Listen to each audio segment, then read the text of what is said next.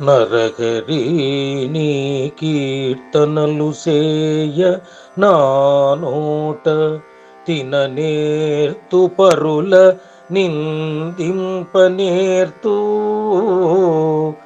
వండించుకొని కూడు రెండు పూటలు లెస్స భక్షించియను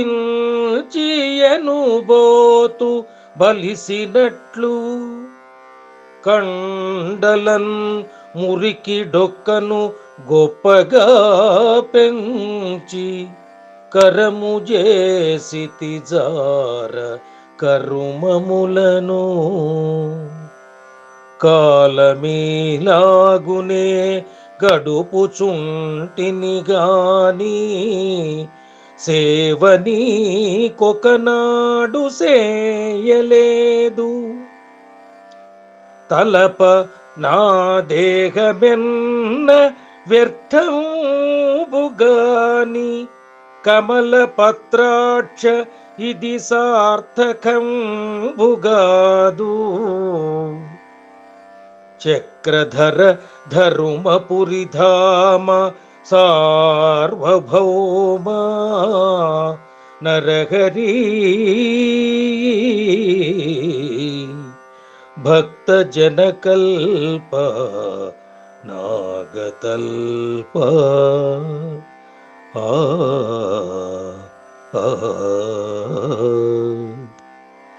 భావం.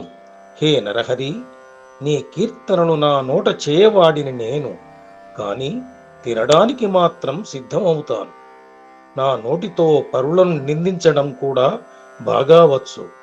వండించుకొని రెండు పూటలా తింటూ దున్నపోతులా బలుస్తాను. నా కండలను మురికి డొక్కలను పెంచి చేయకూడని జార కర్మలను చేస్తూ కాలం గడుపుతున్నాను, కాని ఒక్కనాడు కూడా నీ సేవ చేయలేదు. బాగా ఆలోచిస్తే నా దేహం పూర్తిగా వ్యర్థమైనదే, ఇది సార్థకమైనది కాదు. నరసింహుడికి సేవ చేయని ఈ శరీరం పూర్తిగా వ్యర్థమైనదే అన్న విషయాన్ని సమాజానికి తెలపడానికి ఈ దుర్గుణాలను తనపై ఆపాదించుకుంటూ తనను తానే అసహ్యపరచుకుంటూ సమాజానికి గొప్ప భక్తి సందేశం ఇస్తాడు శేషప్ప.